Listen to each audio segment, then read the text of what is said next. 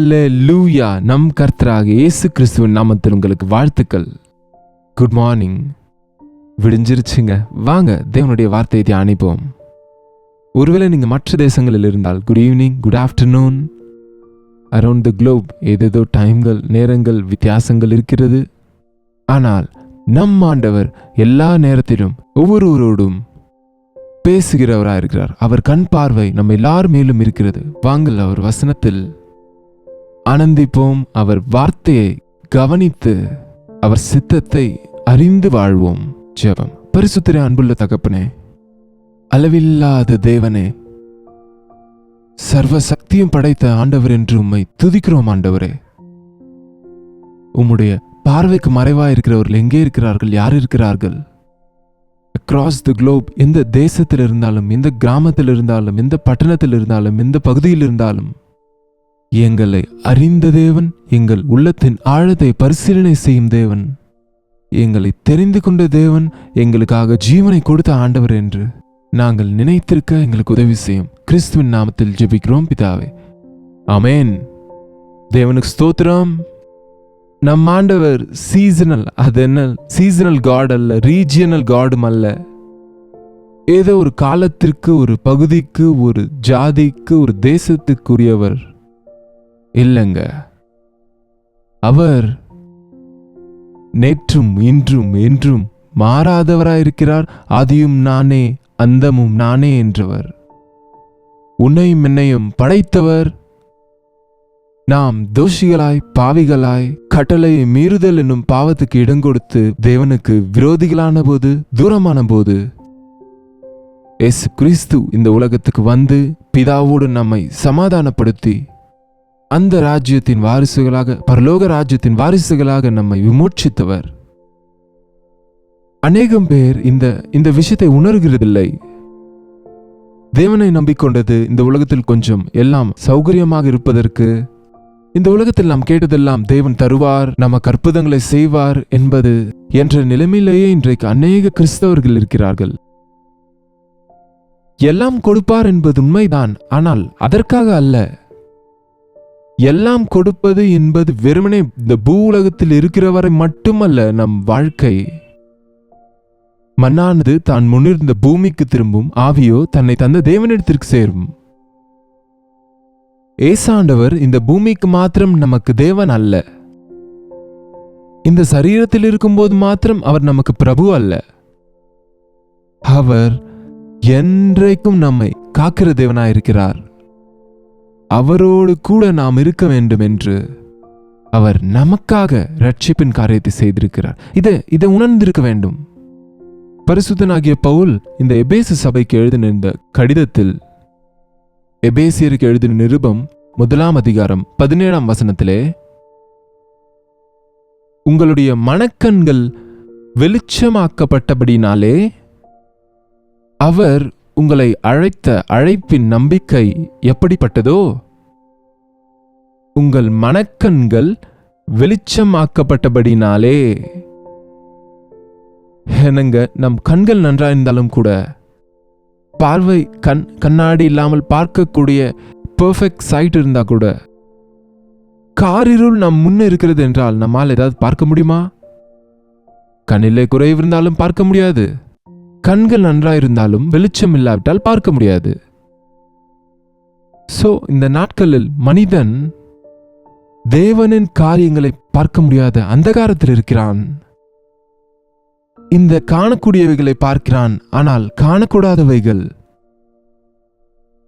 நித்தியமானவைகள் என்று உணர்வதில்லை. அநித்தியமான இவைகள், பார்வைக்கு காணப்படுகிற இவைகள் அநித்தியமானது. பார்க்கக்கூடியவைகள் அநித்தியமானது, பார்க்கக்கூடாதவை நித்தியமானது. ஒரு மனிதன் இயேசுவை இரட்சகராக ஏற்றுக்கொண்ட பிறகு, நீங்கள் இயேசுவை உங்கள் இரட்சகராக ஏற்றுக்கொண்டீர்களா? நீங்கள் மதம் மாறினீர்களா என்று, நீங்கள் பாப்திசம் எடுத்தீர்களா என்று, நீங்கள் பெயர் மாற்றிக் கொண்டீர்களா என்று கேட்கவில்லை. உங்களுடைய இருதயத்தில் இயேசு ஆண்டவரை இரட்சகராக ஏற்றுக்கொண்டீர்களா? அவர் உங்களுக்காக சிலுவையில் தம் உயிரை கொடுத்து உயிர் தெழுந்தார் என்றும், அவர் காயங்களினால் சுகம் உண்டு என்றும், அவர் சிந்தின இரத்தத்தினாலே உங்களுக்கு பாவம் மன்னிப்பு இருக்கிறது, நானே வழியும் சத்தியமும் ஜீவனுமா இருக்கிறேன் என்று சொன்னவர் மூலம் நமக்கு பரலோக ராஜ்யம் இருக்கிறது, நான் ரட்சிக்கப்பட்டேன், என் பாவங்கள் மன்னிக்கப்பட்டது என்ற உறுதி உங்களுக்கு இருக்கிறதா? இல்லை என்றால் உங்கள் அறைக்கு சென்று கதவை பூட்டி பைபிள் எடுத்து ஜெபியுங்கள். கர்த்தர் நிச்சயம் உங்களோடு பேசுவார். ரட்சிக்கப்பட்டிருந்தால் தேவனுடைய திட்டங்களை அறியும்படிக்கு அவர் வார்த்தையை நாம் ஆராய வேண்டும். முழங்கால் படியிட்டு ஜெபித்து அவர் சித்தத்தை படிப்படியாய் அறிய வேண்டும். பவுல் சொல்கிறார், இந்த சபையோடு உங்கள் மனதின் கண்கள் வெளிச்சமாக்கப்பட்டபடியால். எப்போது இருளில் இருக்கிறவனுக்கு திடீரென வெளிச்சம் வந்ததும் நமக்கு என்ன இருக்கிறதோ அந்த அறையிலே, அந்த இடத்திலே, அந்த செடி எவ்வளோ அழகா இருக்கோ, அந்த பூவில் எவ்வளோ வண்ணங்கள் இருக்கோ, அறையில் எத்தனை சோஃபாக்கள் இருக்குது என்பது, இந்த ரூம் எப்படி அலங்கரிக்கப்பட்டிருக்கிறது என்பது நாம் பார்க்க முடியும். அது வரைக்கும் கார் இருளில் இருப்பவனுக்கு தான் எங்கே போகிறான்னு தெரியாது, தான் எங்கே இருக்கிறான்னு தெரியாது, தான் எதிலும் சந்தோஷிக்க முடியாது. ஏசாண்டவருடைய ஐஸ்வர்யத்தையும் ரட்சிப்பையும் அறியாதவர்களாய் மனிதர்கள் இருக்க காரணம் மனக்கண்களை பிசாசு குருடாக்கி இருக்கிறான். எப்பொழுது நம்முடைய மனக்கண்கள் திறக்கப்படுகிறதோ நாம் தேவனுடைய பெரிய காரியங்களை தெரிந்து கொள்ள முடியும். தாம் நம்மை அழைத்த அழைப்பின் நம்பிக்கை எப்படிப்பட்டதோ, பரிசுத்தவான்களின் சுதந்திரத்தினுடைய மகிமையின் ஐஸ்வர்யம் எப்படிப்பட்டதோ, தாம் கிறிஸ்துவை மரித்தோரிலிருந்து எழுப்பி அவரிடத்தில் நடப்பித்த தமது பலத்த சத்துவத்தின் வல்லமையின்படியே விசுவாசிக்கிறவர்களாகிய நம்மிடத்திலே காண்பிக்கும் தம்முடைய வல்லமையின் மகா மேன்மையான மகத்துவம் இன்னதென்றும் நீங்கள் அறியும்படிக்கு அவர் உங்களுக்கு பிரகாசமான மனக்கண்களை கொடுக்க வேண்டும் என்றும் தம்மை நீங்கள் அறிந்து கொள்வதற்கான ஞானத்தையும் தெளிவையும் அளிக்கிற ஆவியை உங்களுக்கு தந்தருள வேண்டும் என்று வேண்டிக் கொள்கிறேன்.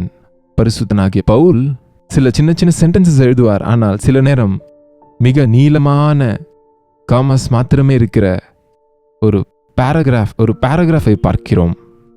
உங்கள் மனக்கண்கள் பிரகாசிக்கும்படிக்கு நம்பிக்கை எப்படிப்பட்டதோ, பரிசுத்தவான்களிடத்தில் தமக்கு உண்டாயிருக்கிற சுதந்திரத்தினுடைய மகிமையின் ஐஸ்வர்யம் என்னதென்றும். என்ன ஐஸ்வர்யம் இது?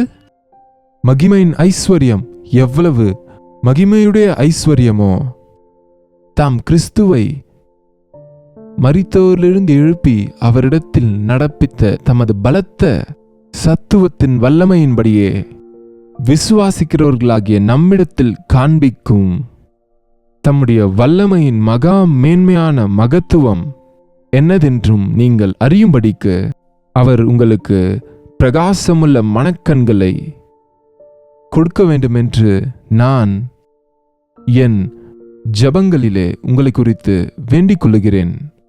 இந்த ஊழியனின் ஜபத்தை பாருங்கள். நீங்கள் தேவனின் பலத்த சத்துவத்தை அறிய வேண்டும், அவர் மகிமையின் ஐஸ்வர்யத்தை அறிய வேண்டும், அவர் வல்லமையை அறிய வேண்டும், அவர் மகத்துவத்தை அறிய வேண்டும், அவர் உங்களுக்காக எவ்வளவு பெரிய திட்டங்களை கொண்டிருக்கிறார் என்று அறிய வேண்டும், அவர் உங்களுக்காக ஆயத்தப்படுத்தி இருக்கிற பெரிய காரியங்களை நீங்கள் அறிய வேண்டும் என்று உங்கள் மனக்கண்கள் திறக்க வேண்டும் என்று நான் ஜெபிக்கிறேன் என்றார். இன்றைக்கு எங்களை போன்ற பாஸ்டர் உங்களுக்காக ஜெபிக்க வேண்டும் என்றால், நீங்கள் ஏதேதோ பாரங்கள் அனுப்புறீங்க பாருங்க, சின்ன சின்ன சின்ன விஷயங்களை போன்றதான் இருக்கிறது. அவைகள் சரீர சம்பந்தமான தேவைகள், நோய்கள், பலவீனங்கள், சுற்றி இருக்கிற சூழ்நிலைகள், இவைகளுக்காக நாம் ஜெபிப்பது தேவைதான். ஆனால் இவைகளை விட தேவனுடைய மகிமை,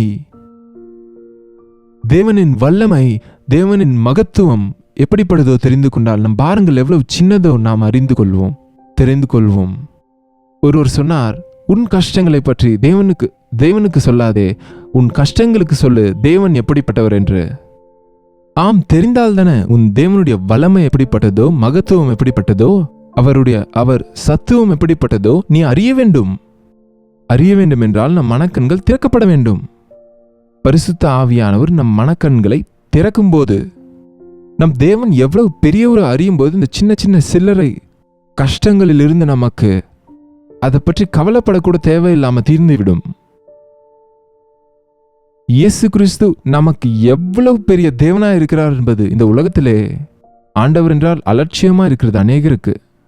ஆண்டவரை நம்பினேன் என்று சொல்பவர்களுக்கு கூட ஆண்டவருடைய வல்லமை அறியாதவர்களாய் தான் இருக்கிறார்கள். சொல்ல வேண்டுமானால் உலக ரீதியாக தான் நடந்து கொள்கிறார்களே தவிர தேவனின் சக்தியை அறியாதவர்களாய் இந்த சூழ்நிலைகள் எல்லாம் பார்க்கும்போது இவைகள் எல்லாம் தேவன் அனுமதித்ததினால்தான், தேவனுடைய சித்தத்தினால்தான் நடக்கிறது என்று அறிகிறோம்.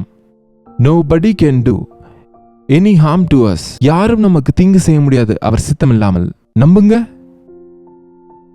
அவர் சித்தத்தில் நமக்கு எந்த தீங்கு நடந்தாலும் அது நமக்கு தீங்கு செய்யாது. அக்னியின் சூளையில் விழாமல் ஷத்ரக், மேஷக், அபத்நேகோவை தடுக்கவில்லை ஆண்டவர். ஆனால் தீங்கு நடக்கவில்லை அவர்களுக்கு. சிங்கத்தின் கெபீனிலே விழாமல் தானியேலை தடுக்கவில்லை. ஆனால் அங்கே அற்புதம் செய்தார். சிவந்த சமுத்திரத்தை தாண்ட முடியாமல் அவர்களுக்கு வேற வழியை காட்டவில்லை ஆண்டவர். வழியில்லாத இடத்திலே சமுத்திரத்தை இரண்டாக பிளந்து வழியுண்டாக்கினார். இன்றைக்கு நம் வாழ்க்கையில் எதிர்கொள்கிற எல்லா போராட்டங்களிலும் நம்மை நடத்துகிற தேவனுடைய மகத்துவத்தை பற்றி நாம் அறியும் போது சத்துருவனுடைய பலத்தை பற்றி கலங்கவோ பயப்படவோ தேவையில்லைங்க. எந்த விஷயங்கள் உங்களை சோதிக்கிறது? எதற்கு பயப்படுகிறீர்கள்? யாருக்கு பயப்படுகிறீர்கள்? எத்தனை விஷயத்துல நீங்க சோர்ந்து போறீங்க? இன்று ஒரு முறை ஆலோசித்து பாருங்கள். தேவனிடத்தில் விசுவாசமாயிருங்கள். இயேசுவின் மகத்துவம் என்னவோ பொறுமையை வாசிங்கள். இந்த வசனங்களை தியானித்து வாசியுங்கள். இந்த ஒரு வார்த்தையில் உள்ள மகத்துவத்தையும் நீங்கள் நன்கு அறிந்து கொள்ள முடியும். இன்னொரு வார்த்தையும் வாசிக்கிறேன், கேளுங்க.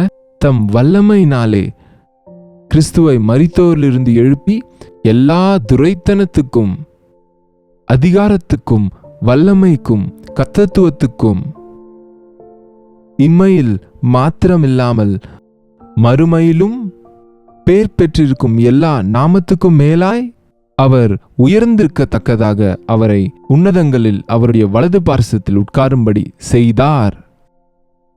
நன்றாக மனசு வைத்து படிங்க, புரிஞ்சு படிங்க. இன்னொரு முறை வாசிக்கிறேன், கேளுங்க. அவர் வல்லமையினாலே கிறிஸ்துவை மரித்தோரிலிருந்து எழுப்பி உயிரோடு எழுந்த தேவன் என்ன ஆகிவிட்டார் நினைக்கிறீங்களா? பாருங்க, இங்க இருக்கு. எல்லா விதமான அதிகாரத்துக்கும் துரைத்தனங்களுக்கும் மேலாய் இந்த உலகத்தில் எல்லா அதிகாரமும் உடையவராய் ஆண்டவர் இருக்கிறார். அவருக்கு அல்லாமல் அதிகாரம் வேற யாருக்கும் இல்லை. எந்த ராஜாக்கள் ஆனாலும், எந்த தேசங்கள் ஆனாலும், எந்த அரசாங்கமானாலும் யாருக்கும்.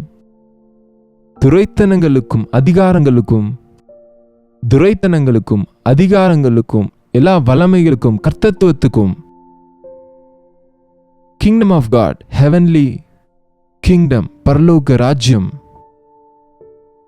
நாம் பரலோக ராஜ்யத்தின் உறுப்பினர் ஆகும்போது இந்த உலகம் வைக்கிற ராஜ்யங்களின் சட்டங்களுக்கு நாம் கலங்க வேண்டிய, பயந்து போக வேண்டிய, சோர்ந்து போக வேண்டிய அவசியமில்லை. எல்லா துரைத்தனமும் அவருடையது, எல்லா அதிகாரமும் அவருடையது, எல்லா கர்த்தத்துவமும் அவரிடத்தில் இருக்கிறது. இம்மையில் மாத்திரம் இராமல் வருகிற மறுமையிலும் பெயர் பெற்றிருக்கிற எல்லா நாமத்துக்கும், எல்லா நாமத்தை விட மேலான நாமம் எவ்வளவோ உயர்வாய் உன்னதங்களில் அவருடைய வலது பார்சத்தில் உட்காரும்படிக்கு செய்திருக்கிறார். மற்றும் எல்லாவற்றையும் அவருடைய பாதத்துக்கு கீழ்ப்படுத்தி, எங்கே இருக்கிறதாம் எல்லாமே அவர் பாதத்துக்கு கீழ்ப்படுத்தி எல்லாவற்றிற்கும் மேலாக சபைக்கு தலையாக தந்தருளினார்.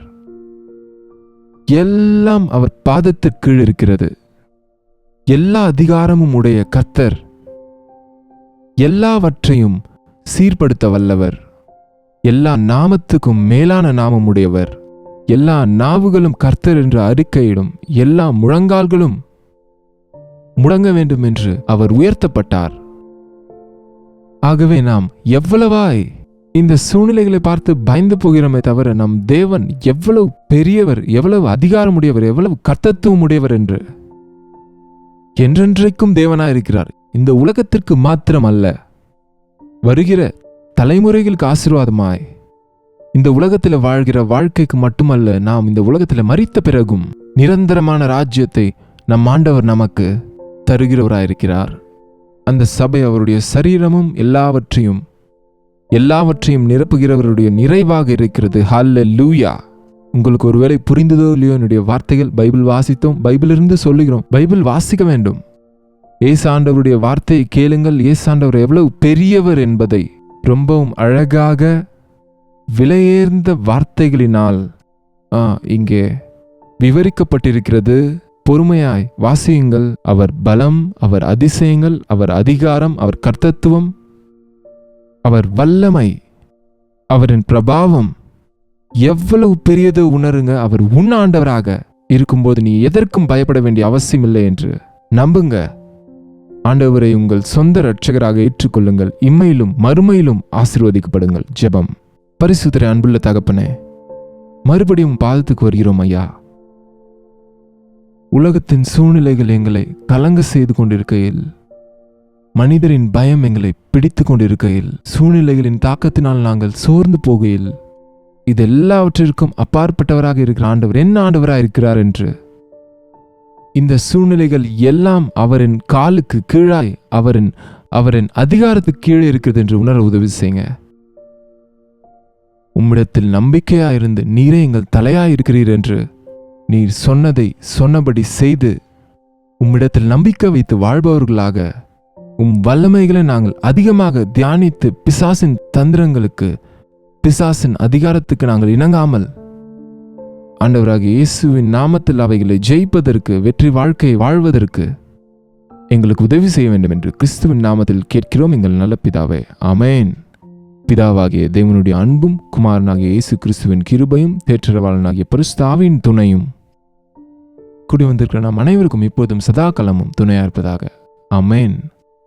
தேவனுக்கு ஸ்தோத்திரம். உங்கள் ஜெப உதவிகளுக்கு 8939801234 நம்பருக்கு, அதே போல 9100100888 என்ற நம்பருக்கு பிற தேசத்தில் இருந்தால் அனுப்புங்கள். நீங்க சின்ன சின்ன விஷயங்கள் அனுப்புறீங்க, கண்டிப்பா நாங்கள் அதற்காக கூட ஜெபிப்போம். அதையும் ஆண்டவர் சந்திப்பார். ஆனால் நீங்க ரட்சிக்கப்பட்டீர்களா இல்லையா, உங்க வீட்டார் ரட்சிக்கப்பட்டாங்களா இல்லையா, அவங்க ரட்சிப்புக்காக கேளுங்க. பாவத்தின் மீது ஜெயம் வேண்டும், வெற்றி வாழ்க்கை வாழ வேண்டும், நான் செழிக்க வேண்டும், நான் ஆசீர்வதிக்கப்பட வேண்டும் எனும் விஷயங்கள் நாம் ஆண்டவரை கேட்கும் போது ஒரு நிரந்தரமான தீர்வு நமக்கு கிடைக்கும். வெற்றியான வாழ்க்கை கிடைக்கும். திரும்ப திரும்ப கேட்டதே கேட்டு ஜெபித்துக் கொள்கிற நிலை இல்லாமல் நாம் அவைகளை ஜெயித்து நம் தேவனின் மேன்மையை குறித்து அதிசயப்படும்படிக்கு இந்த மேன்மையான ஆண்டவரை குறித்து அநேகருக்கு சொல்லக்கூடியவர்களாக இருப்போம்.